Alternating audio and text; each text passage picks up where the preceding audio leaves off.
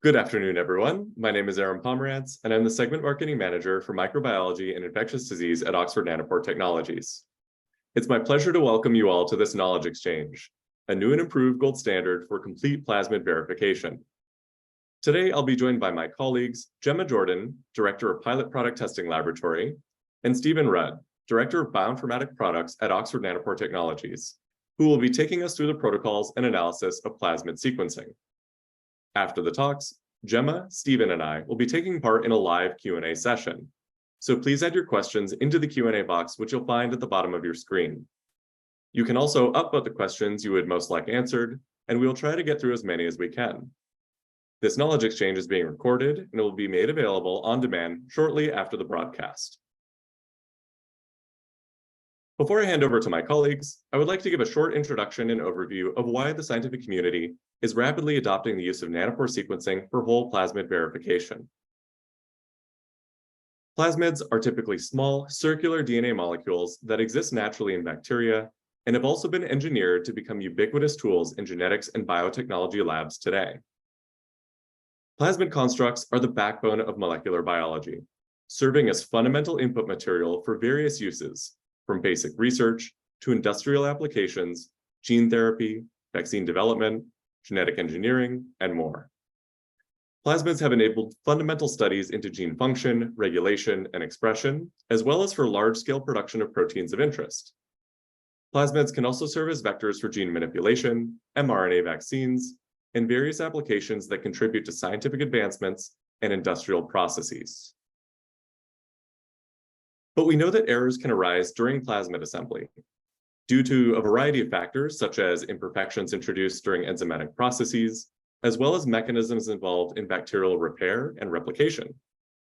Because plasmid constructs are fundamentally important for downstream experiments and applications, scientists often employ various quality control measures to ensure the accuracy and integrity of their plasmids. For instance, Sanger sequencing has been widely used as a method to confirm accuracy of the DNA sequence. By comparing the generated sequence with the expected sequence, scientists can verify the correct assembly of a plasmid and identify any potential errors or mutations. However, Sanger sequencing has several limitations and undesirable features, such as a limited read length of about 1,000 bases, requirement of specific primers that bind to the template DNA during the sequencing reaction, and high relative costs when processing or outsourcing large numbers of samples.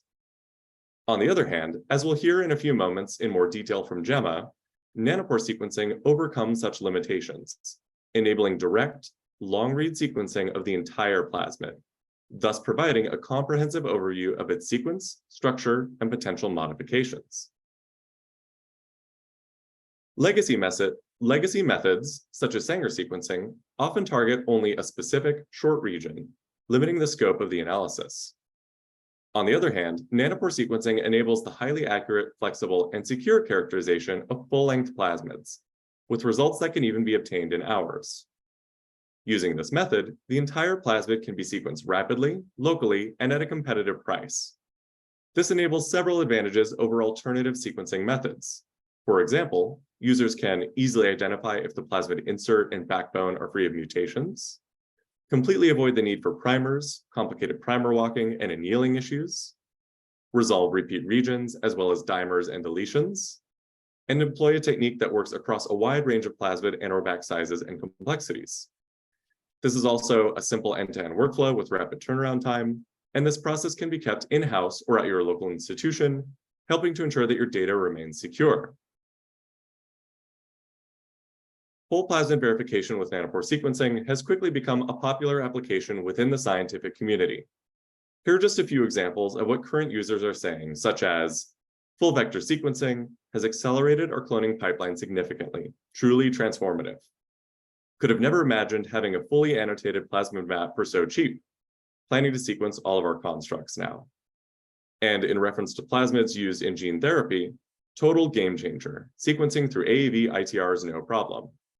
And finally, no more test digests, no more colony PCRs, no more having to do multiple mini preps just to get enough material to primer walk through a large payload, no more fiddling with new Sanger primers. Lastly, let's take a look at a couple of recent case studies demonstrating the use of highly accurate and cost-effective nanopore-based plasmid validation approaches. In the top publication, the authors showcase a number of examples in which whole plasmid validation captured unexpected events that have functional consequences. For instance, unexpected deletions within promoters that would otherwise have been missed by alternative screening methods. We also see comparisons with the nanopore-based approach to Sanger sequencing-based approaches on the bottom, in which the proportion of the plasmid covered by nanopore assemblies are in orange and Sanger in blue, highlighting how nanopore assemblies spanned the entirety of the plasmids, while the alternative Sanger method covered a median of just 10.3% of their respective plasmids. So overall, what should a complete plasmid sequencing workflow look like? Ideally, it should be able to generate highly accurate sequence information for the entire plasmid construct, enable rapid, even same-day turnaround time at a competitive price, provide a simple point-and-click data analysis report, and facilitate sequencing at your local institution or in-house, ensuring that your data remains secure. Legacy DNA sequencing methods like Sanger typically only verify a partial region of the plasmid construct, which can miss important information and can result in failed experiments, unnecessary troubleshooting, and increased costs.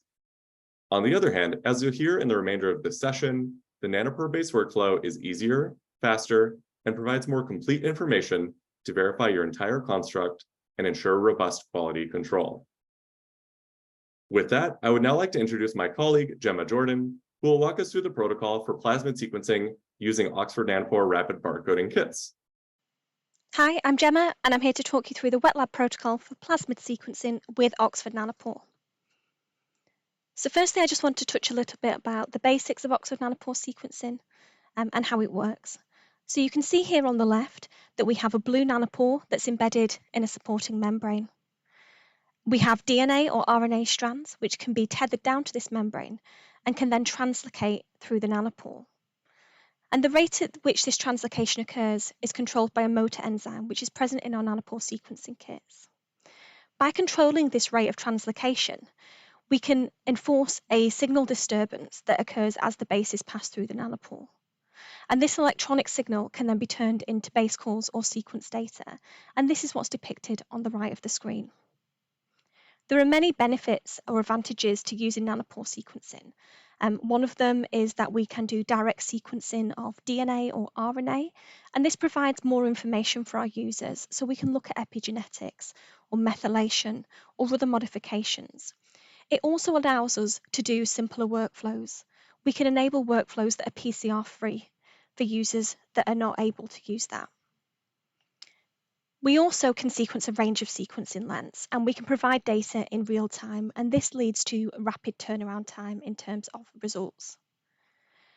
We can also scale. We offer barcoding, we offer a range of sequencing device formats, so we can really accommodate any scale that a customer wants to achieve.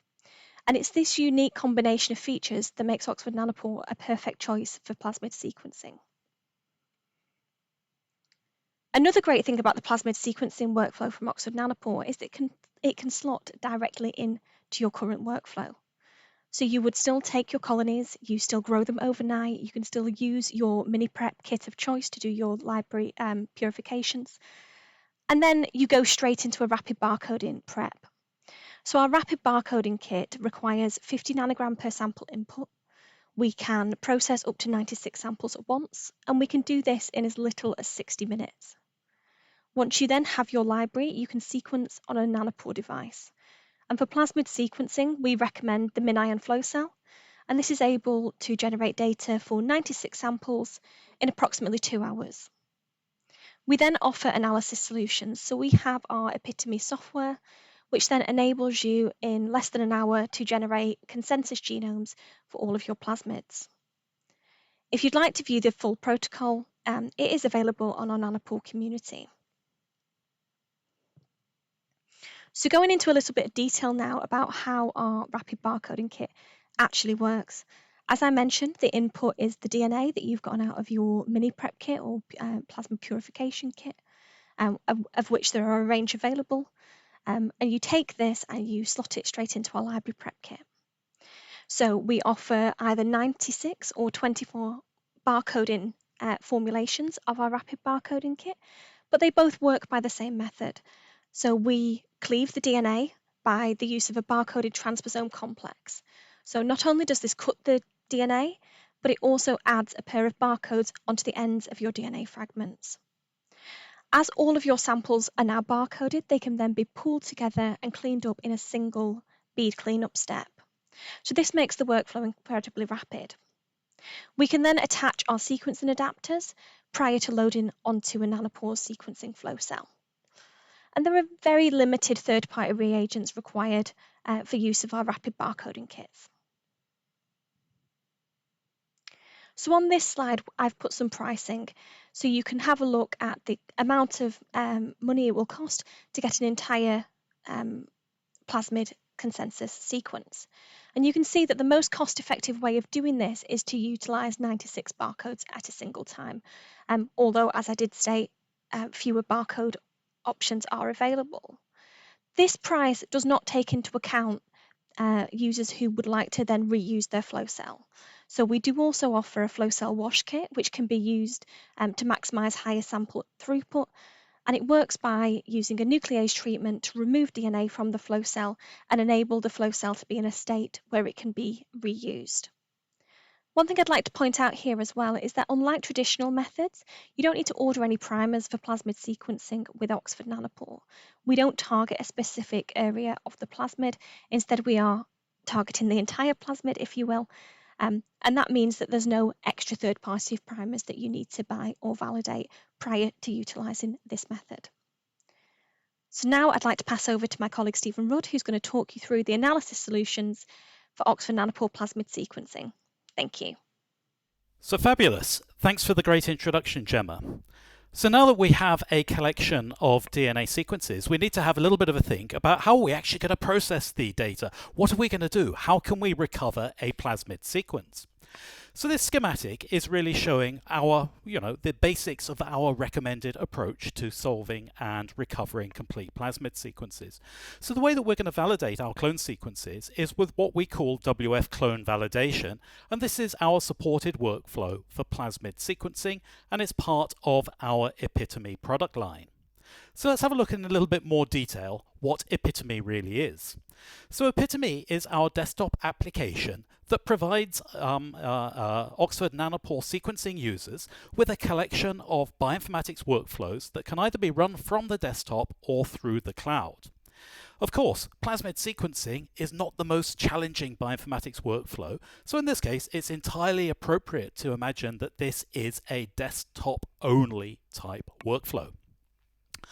So let's have a little bit of a dive into, what are we actually doing? How are these workflows running? What is the workflow? So our WF clone validation workflow is implemented as a Nextflow workflow. Nextflow is a domain-specific language, and this now enables us to write multi-step bioinformatics workflows. It includes information that you provide, such as where is the primary sequence data found. It'll consume other sort of information as to how large do you expect your plasmid to be? What sort of QC are you interested in? Do you have an expectation as to what you expect to find within your plasmid? Tell me all about your primer sequences. So anyhow, Nextflow, domain-specific language, and WF clone validation is our workflow for looking at plasmid sequences. The reason that we've packaged everything into a workflow is to promote reproducibility, and I would say that really this workflow, although entirely functional, is also a fairly cool template that you as a user are welcome to fork, modify and adapt to the requirements of your own particular projects. So workflow as it stands provides a set of functionality. These are listed on the right hand side of this slide. So typically what the workflow will do is it will consume the folders of multiplexed or demultiplexed sequence data, and it's going to filter the sequences by length. The reason that we filter sequences by length is to avoid the construction of plasmid consensus sequences that are based on some of the sort of concatenamers that are often seen. So we're going to restrict the sort of size of the plasmids to a particular universe, keeps it clean, keeps it fast. The next sort of thing that we would also do is we would remove any of our host sequences. So typically plasmids will be propagated in an E. coli cell line. What we want to do here is we want to remove all of the E. coli sequence reads. There's always going to be a small amount, or in some cases a slightly larger amount of host contamination. So let's remove all of these sequence reads. If you're cloning from a sort of an E. coli, if you're expecting our inserted sequence to be of bacterial origin, then there are ways that we can go and either completely turn this off, or we can specify that actually you're working with a particular region of the genome that we should not be masking. Once we've got the sequences cleaned, once we've sanity checked a particular sort of library, what we do is we work through the assembly of the plasmid. The assembly is based on a couple of open source tools. Tricycler is a great piece of software for the recovery of bacterial and plasmid genomes. And what this will do is it'll subsample your sequence collection, and then we use the fly assembler to sort of perform some independent assemblies from these subsampled sequence collections, and Tricycler will then merge all of these sort of output together. It'll prepare a single consensus sequence, and this is the result. Of course, there's more we can do with the consensus. We do a little bit of polishing using the Medaka software, so this corrects some of the residual error within the assembly, and then we perform annotation with Planetate. Planetate is a really nice piece of software. It produces good looking graphs, it produces a nice plot, and it will also give a little bit of information as to what are the genes that are observed within the plasmid, what are the synthetic sequences, what are the primers, what are the adapters, what is really within your plasmid sequence. So the final thing we do is we extract what is the actual cloned insert sequence. This is based upon the presence of the primers, and then with this we prepare an HTML format report, and essentially that's it. We have a beautiful looking report and a good collection of data for sort of subsequent review. So how does it actually work? What is the actual process looking like? So this slide is just showing how do we actually start this through the Epitome software. So once you've installed the clone validation software, or once you've installed the workflow, then it provides you with a fairly clean dialog through which all you really need to provide is the path to the FASTQ sequence data. You should provide the software with a little bit of an estimation as to how large you expect your plasmid to be. So in this case, you can see that I've specified that we're expecting the plasmid assembly to be about 7,000 nucleotides in length. There are all sorts of other customizations that you can do, but the only sort of additional customization or adaptation to the workflow included here is I've specified that the number of CPU cores is 12. This just makes the analysis a little bit faster because it's going to use more of the resources that are available on this Mac computer in this instance. The cartoon on the top right of the screen shows what is the actual starting sequence data here. What is it that I am running the analysis with here? So here you can see it's a 12-plex analysis that Gemma produced a little earlier. So we just want to see, can we recover DNA sequences, or can we recover single closed plasmid sequences from each of these barcodes? So now, you click the Launch Workflow button that you can see at the top right of the main screen, and then you wait for a few minutes, and then it should produce a collection of results. So the highlight, the main result that we're going to consider here, is the HTML report. The HTML report will present a certain amount of information for each of the multiplexed samples. This is shown in the main panel of the screen here. We can see that it produces a little bit of an infographic which reveals the number of reads. The number of reads can be switched between the number of reads that were observed and the number of reads which were actually used in the plasmid assembly. So in this case, we can see that for this barcode number 5, there were just less than 10,000 starting reads, but by the time we had performed the downsample, the number of reads that we selected was actually only sort of 250 sequence reads. This shows that for a successful recovery of a plasmid sequence, we do not really require thousands or tens of thousands of sequence reads. A modest number of reads is sufficient. In addition to the infographic, we present tables of information. We also present a number of plots that show the quality characteristics and the length characteristics of a sequence collection. It's always worth having a quick look at this. It just builds reassurance and it helps you understand, that everything is right. The Planetate results are shown as the figure. Here we can see that we've got a circularized plasmid sequence of 3.0 kilobases of sequence. We can see the clone sequence, we can see the antibiotic gene, we can see the location of the primers and the particular origin of replication. So hey, this is an entirely satisfactory looking plasmid sequence. So this is, a successful plasmid assembly. To the right-hand side of the screen, we can see that there's a little bit of other information. We're going to present for each of the barcodes that are observed within a sequence set, what is the, success or what is the end state of the analysis. In this case, we can see that they all completed successfully, and we can see the length of the circularized plasmid. So there's a little bit of variability here. We've looked at a number of different plasmids, some of which are replicates, and hey, there's numbers. It entirely works. This is exactly what we were expecting to see. The table at the bottom of the screen, where it presents insert sequences, gives you a little bit more information as to what was the length of the cloned insert that was observed within the plasmid, and between which primers was this observed. So this is, again, just a little bit more information. You have an expectation when sequencing a plasmid that you have a particular insert. This just allows a very quick eyeball analysis to see, have we recovered the expected information or not? So hey, HTML report is a great starting place to begin to question, are you happy with the way that your data has assembled? So really, that's all there is to the plasmid workflow. It is a single workflow that really automatically just takes a collection of FASTQ sequence data and helps you towards the results. The results aren't just within the HTML format file. We also generate a folder of output. The output includes the complete plasmid sequence, but it also contains the insert sequence.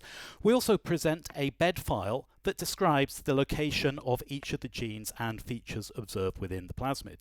So hey, this is a great starting place. This is actionable information that can be used to question, is your plasmid exactly as you expected? I ran this analysis both on my laptop and on a gridiron. It takes about 5 minutes to run this 12-plex dataset. If you need to have, answers a little bit quicker, or if you're running 96-plex and you don't want to wait, perhaps, 45 minutes for the complete analysis, then it is entirely possible to run this workflow entirely on a server. If you run it on a server with 100 cores or 120 cores, then you can run the same sort of 12-plex analysis in perhaps just 2 minutes. It's going to only assembly is the limiting step, but you're able to run a 96-plex in that same 2 minutes. So it's going to work very nicely, and you can really change your compute environment to suit what is the turnaround time that you expect from an analysis. If you have a more complex set of samples, where perhaps you've got some really large plasmids or perhaps some BACs, for example, then you should really be using a sample sheet, and the sample sheet will give you a little bit more customization as to how you're going to process each plasmid within a wider collection. These are functionalities that are available both through Epitome, the sort of desktop software, but all of this is also accessible through the command line. I would be recommending the command line where you're beginning to solve, data sets for a number of different customers, for a number of different users. Here you would use a sample sheet per customer, and you'd say that, for customer X, we should only be looking at barcodes 16, 17, and 18. And this way you can produce a single HTML format report per customer. So really, this is all there is to plasmid sequencing. Epitome is our solution for bioinformatics, and this is a product that is intended for you, our users. Please do let me know about more of your needs, and I'm going to be delighted to tell you in upcoming updates more about our functionality for sharing with you the sort of results and other workflows that will include, for example, our workflow for amplicon analysis. So with that, I'm going to say thank you so much. Well, I'm afraid that's all the time we have for today. Thank you once again to Gemma and Stephen for your fantastic presentations, and thanks to you all for joining us today. If you would like to learn more about using nanopore sequencing for complete plasmid verification, you can find more information at the following link and QR code. This knowledge exchange, along with all of our previous broadcasts, are available for you to watch on demand. So please visit the Oxford Nanopore website to check them all out. You can also find more information about our upcoming webinars and knowledge exchanges on the Oxford Nanopore website. And if you have further questions about your projects or getting started with nanopore sequencing, please contact support@nanoporetech.com. Thank you and enjoy the rest of your day.